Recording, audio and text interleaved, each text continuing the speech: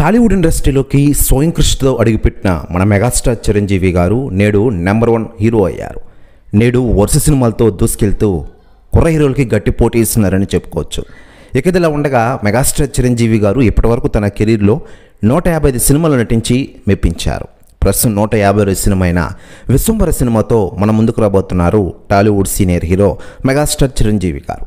ఒకనొక టైంలో సీనియర్ కెరీర్ని పక్కన పెట్టి రాజకీయాల్లోకి వచ్చి ప్రజాసేవ సైతం చేశారు చిరంజీవి గారు. ప్రజారాజ్యం పార్టీని స్థాపించి ప్రజల్లో ఆయనకున్న సేవను మరియు ఆ సేవా గుణాన్ని చాటి చెప్పిన విషయం మనకందరికీ తెలిసిందే. ఆ తర్వాత దాన్ని కాంగ్రెస్ పార్టీలు విలీనం చేసి రాజకీయాలకు దూరంగా ఉంటూ వస్తున్న విషయం విదితమే. మరోవైపు తాజాగా మెగాస్టార్ చిరంజీవి గారి గురించి రాజకీయ నాయకులు స్పందిస్తూ ఉండగా కేంద్ర మంత్రి అమిత్ షా గారు సంచలన వ్యాఖ్యలు చేశారట.